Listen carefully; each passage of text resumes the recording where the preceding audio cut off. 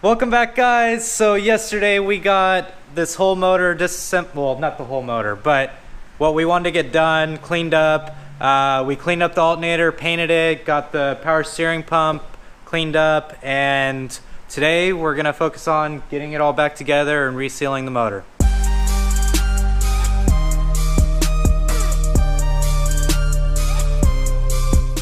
Alright, to start things off, we want to kind of be organized putting this back together, so we're laying this all out, so we're doing step by step on what we're doing to install. First we got the timing covers, then the valve covers, water pump, and then the oil pan.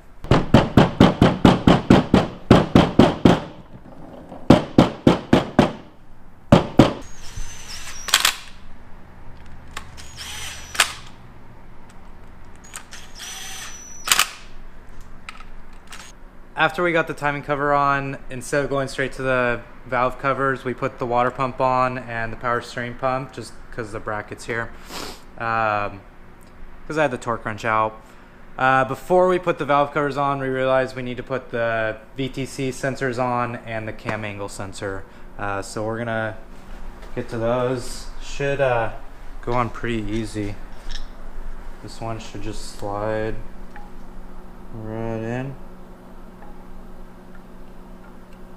Slide right in. Oh, there it goes. Just throw these in for right now. But there's a little top cover on the cam angle sensor that holds it in place.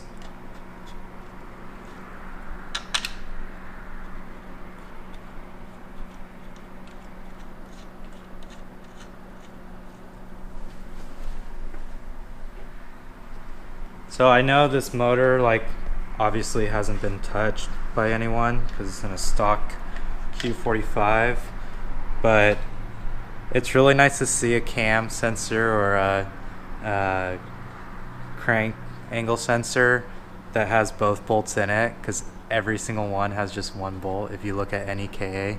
So most people struggle with like holding the flex plate or the flywheel when they're cranking the torque, or the when they're torquing the crank pulley. But we bought, a couple years ago, we got one of those Harbor Freight like manual tire changers, which if you don't have nice wheels, it'll definitely do the trick if you're willing to put in the manual labor, but it sucks for at the track because I mean, if you didn't have any other options, then definitely, but I definitely would not be it sucked. Anyways, we threw that away a long time ago because I accidentally ran it over with the truck, but Michael found the handle or the lever, and it works great. We just slide it in there, and it's almost effortless. So since we're kind of bolting on the accessories here, I figured I'd go ahead and bolt up the excessive alternator relocation bracket. We got one of the bolts in that kind of was for the timing cover, but they supply a bolt for here, and gotta find two bolts for that. Alright, they have to match.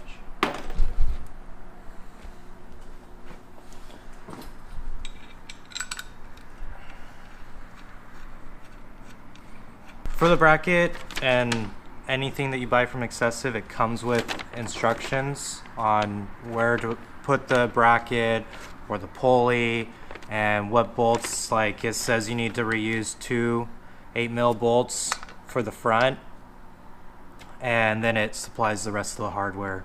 So that's why I went and got two bolts, and it looks like they are good. Aaron thought they were going to be too long.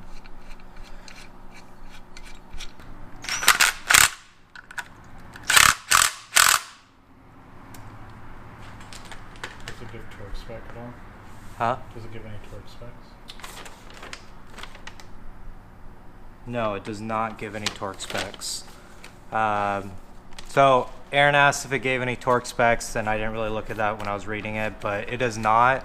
So there's probably torque specs for like the old AC the bracket that bolts here, but we're just gonna do it good and tight. Do you see this thing? Do you see how beautiful this is? We took it, scrubbed it all, then painted it, and it almost looks brand new, except for like the grease on the sides. But let's see how this needs to be mounted. I think there was, where'd those long bolts go? Well, I think we need the adjuster maybe. That is the adjuster. So when we pulled the engine out of the car, Aaron took the alternator out so it'd be a little bit easier. So he had to go find the bolt. Well, we're missing the nut on the back, so we're just taking the one from the KA. And it threads on great.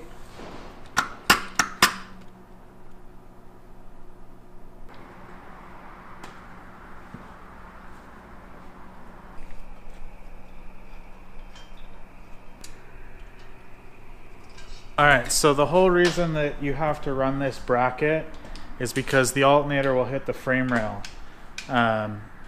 And so there's an alternative way. If you don't want to run the bracket, you can actually notch the frame out for the alternator to fit. But this is definitely a cleaner and just easier solution all around. Yeah. If you plan on going with the Mazworks kit, they, in their instructions, they have you notch the frame, because they don't install anything like this. And it's not like a crazy notch or anything. They give you really good instructions and a template and everything, but you definitely have to be able to cut and weld. It's nothing structural in that area, but it's just something to know. Power steering pulley, this is a little bit tinier, a lot tinier than the stock one, so it has clearance. Slides right in.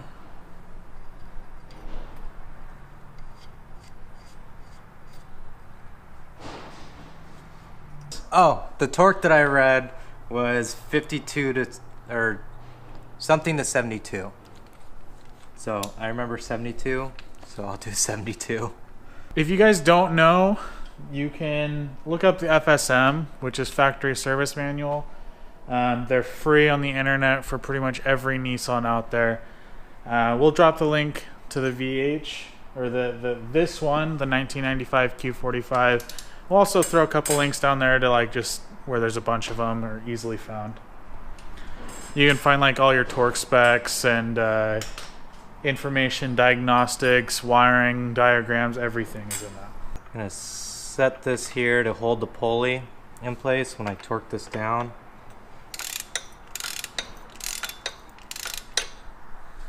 So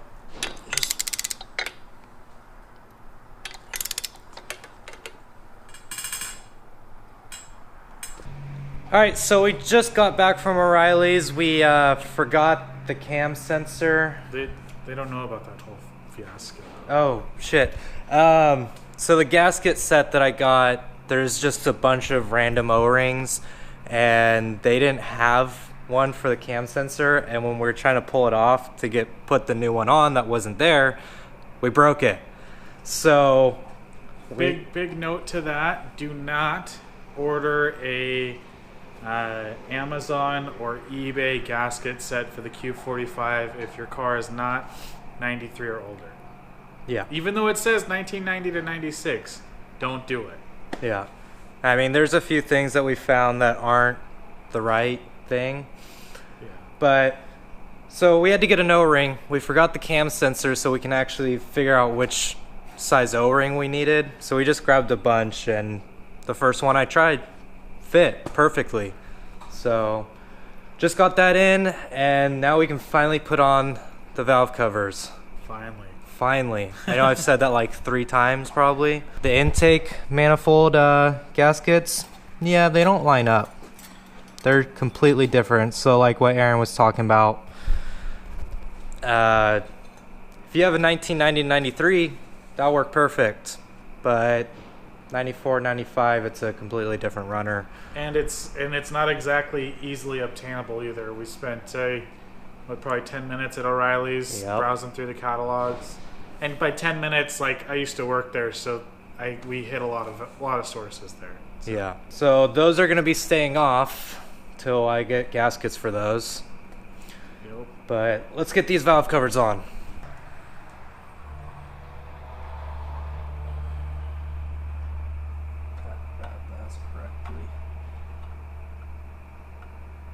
Do you see how flimsy this is? And I can bend it?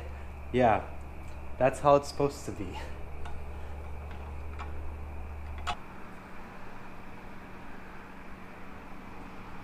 That's not right.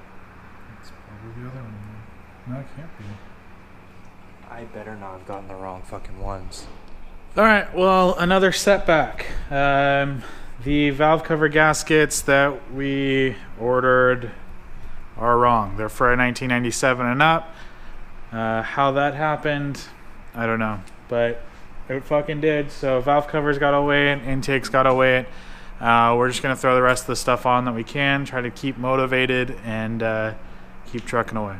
Yep, just trying. So since we are a little disappointed, we kind of started putting what we could onto the engine.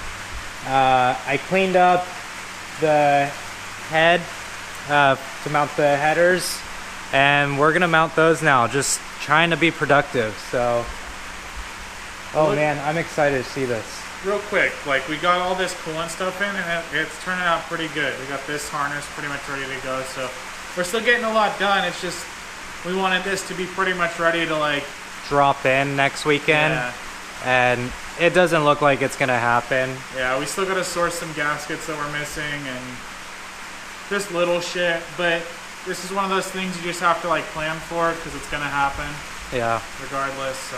Definitely. I mean, plan is to have the car done by the end of the month, and it might be a week late. Yeah. No, I mean, we just need some time to drive it before bash.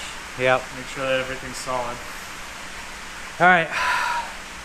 Try and be productive. Productive! We'll see.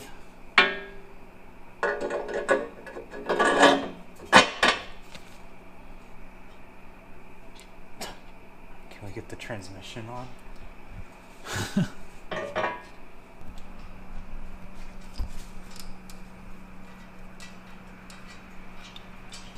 All right, so as you can see, the engine is all put back together, but it really isn't.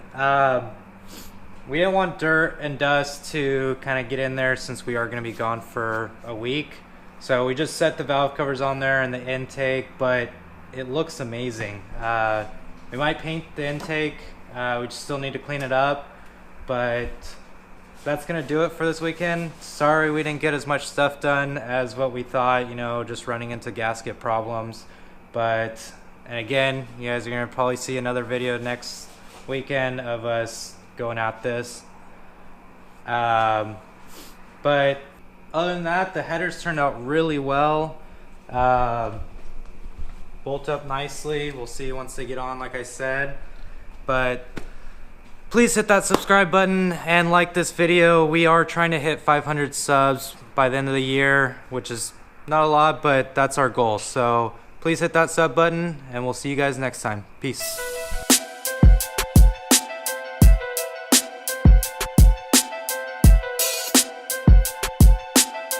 God damn it, dumbass Aaron. Kicking parts we need.